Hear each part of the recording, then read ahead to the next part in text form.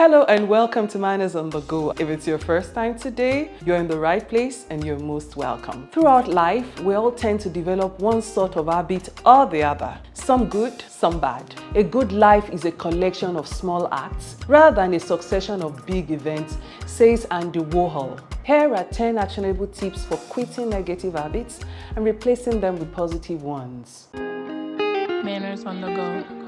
Hello and welcome to Manners on the Go. I want to believe it's been a wonderful week so far and I hope you're minding your manners too. I appreciate you for always cheering me on, and if you've been following for some time, you are welcome again. If it's your first time today, you're in the right place and you're most welcome. Throughout life, we all tend to develop one sort of habit or the other.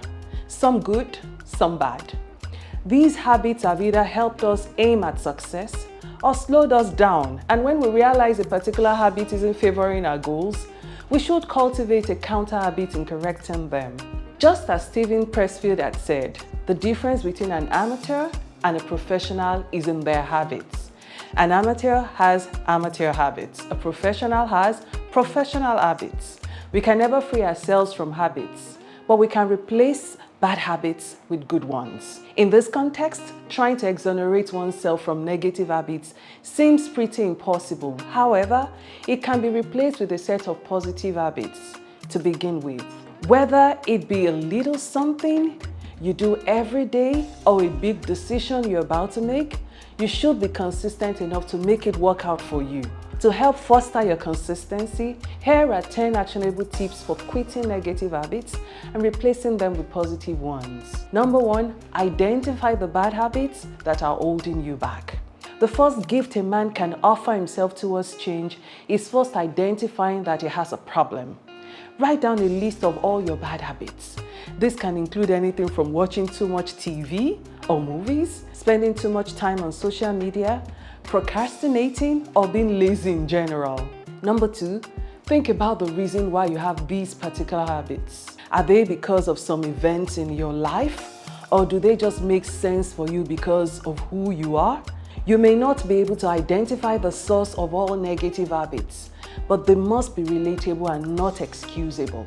Number 3, take note of how often you get stuck in these ruts. You might not even be aware of how often you have these bad habits, but once you start looking out for them, it will become clearer. Be deliberate about looking out for them. Seek and you shall find. Number 4, consider the consequences of having these bad habits. This is important because if you don't see that there is a problem with your current situation, then you're likely bound to remain average. Ask yourself blunt questions and learn to give yourself blunt answers as well. If you can't, ask someone else, whether a co-worker, boss, friend, or spouse. Let them evaluate these habits and how they think they can negatively affect your life or lifestyle.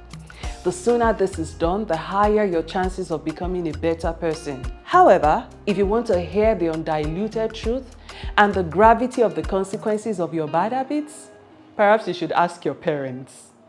Number 5, ask yourself, what can I do instead? After considering the above 4 points, come up with at least 3 to 5 alternatives that you can do instead of your bad habits. For example, if the bad habit is watching too much TV, you can replace it with reading a novel. Okay? Number 6, choose 1 or 2 habits to focus on.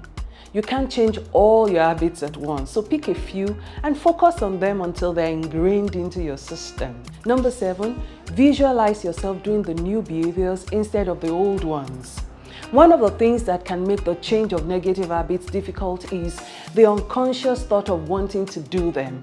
So when these thoughts pop up, they should be instantly replaced with the thought of the change you intend to make.